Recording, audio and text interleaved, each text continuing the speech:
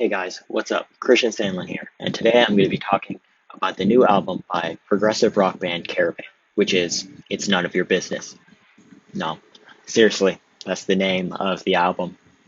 So, Caravan, for those of you who don't know who they are, which is probably most of you, they're an English progressive rock band, best known for their 1971 album In the Land of the Grey and Pink, which did very well and has, for the most part, been considered a classic among progressive rock fans. But outside of that, they never really did gain very much commercial success. Most of their albums after that one sold very poorly, and they never really got the mainstream appreciation that they wanted or deserved for the most part. This new album, It's None of Your Business, is their first album since 2013's Paradise Filter. So, first album in 9 years. So, definitely been waiting a while for this one. And honestly, getting into this, I had pretty low expectations because outside of In the Land of the Grey and Pink, I had very little knowledge of Caravan. I had not listened to actually any of their other material outside of that record, and so I didn't honestly know what I was getting into.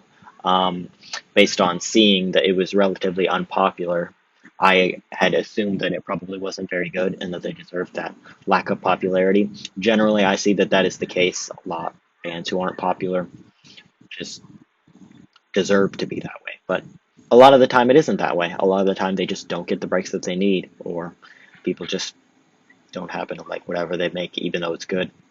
And that seems to be the case with Caravan. They're really high quality, and this record really did exceed my expectations and really did blow me away. So let's get into the review.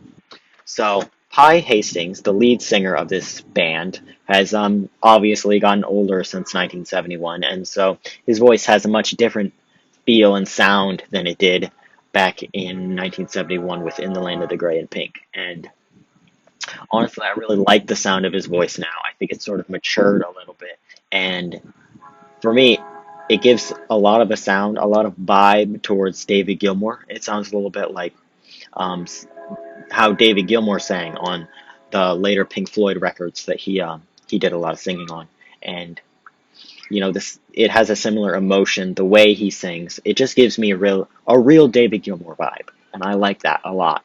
That's definitely a plus for me. I've always been a Pink Floyd fan, so hearing something that has a David Gilmour vibe, it's good. I like that. And as for the guitar playing, it's mostly acoustic, which I enjoy. It gives it a very folky vibe. It's just acoustic, so it sounds like folk. And obviously, for those of you who have listened to In the Land of the Grey and Pink, you know that that record certainly does have a folk influence, and that certainly did definitely work towards the record. And I think in the same way, it works towards this one a lot. It adds a lot to it, that sort of folk influence. That's always been a mainstay in Caravan's discography, is always, folk influence. And that is certainly evident on this record. As well, I enjoyed the frequent use of the organ. I've always been a big fan of organ. I don't know. I used to play the keyboard, and I always enjoy hearing the organ. It's always been my favorite keyboard instrument. So it's really cool to hear the organ a lot. I enjoy hearing the organ. I like the way that the organ is played. Their keyboardist, spot on, high quality work on the organ. Definitely not complaining in the keyboard area. Great stuff right there. And the songwriting. The songwriting is really the best part of this record. The songwriting is unique and it's heartfelt and it just has such a great vibe to it. The songs feel real. They don't feel manufactured. They don't feel like, oh, we got to make a record, so I'm going to write a couple songs. No. They feel like the songs were written from inside, from the heart. And that I enjoy that. They also have a different feel. They don't all sound the same. A lot of bands, when they get older and they're just making an album to make an album, they'll just make songs that pretty much sound the same. And that's not the case here.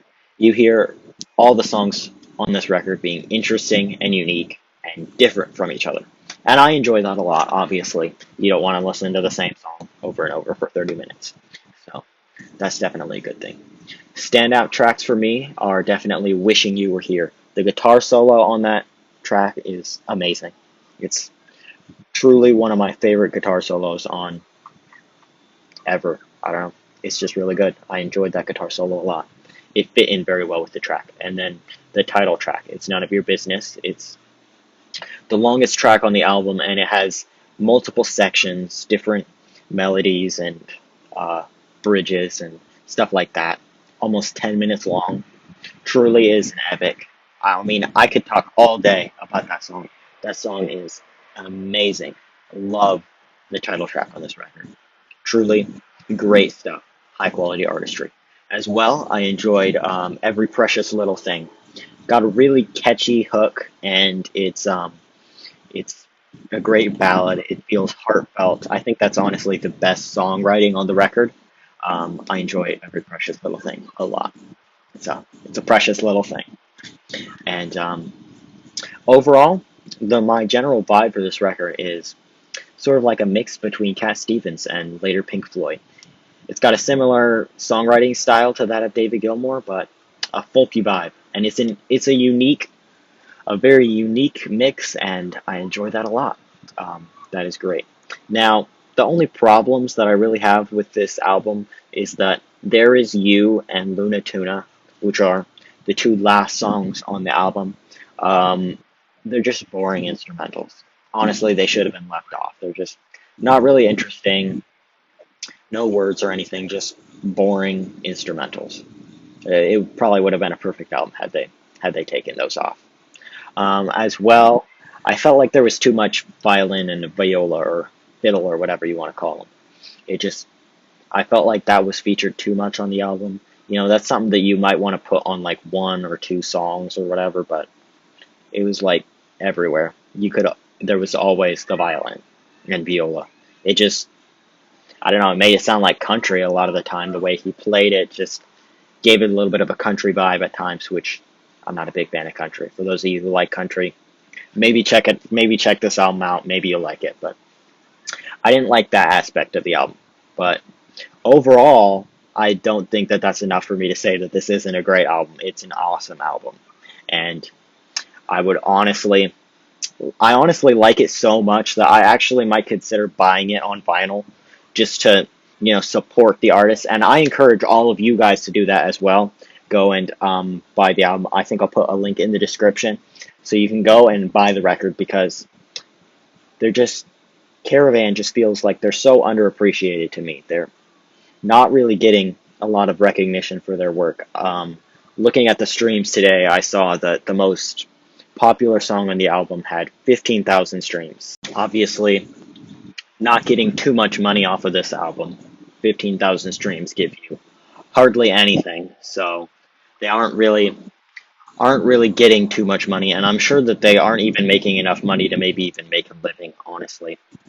And they really do deserve a lot more credit than they're getting. They are an amazing band, and so buying the record to support them, definitely something I will consider doing, because I always like to help support bands that aren't getting their due. And so that's something that I would definitely consider doing. And I encourage all of you guys to do that. Like I said, I'll put a link in the description for you to buy the album, and definitely consider doing that. So obviously, if I think the album's so good that I want to buy it, obviously I'm gonna give the album a good review. I'm gonna say that it's good. This is a great record, and I think for a star review, I would probably give this one 4 stars. I think 4 stars is fair. It's not 100% perfect, but it is an amazing album. I love this record, and I'm going to be listening to it a lot. Whether I buy it or not, I'm going to be listening to this thing all the time. It's amazing, and honestly, it makes me want to listen to more Caravan, and I probably will start listening to them a lot more. They're truly an underrated band. So if you made it this far, obviously you enjoyed the video, so don't forget to like as well as subscribe to the channel and hit the notification bell so that you don't miss any uploads. Also, if there's an album that you want me to review that's been released in the past month or so, put a comment down below and I'll be sure to check it out and perhaps review it. I'm always needing more albums to be able to review, because I don't know everything that's being released, and you telling me what I should review, giving me some suggestions, that would be very much appreciated. That'd be a big help for me. So definitely do that. Thanks for watching,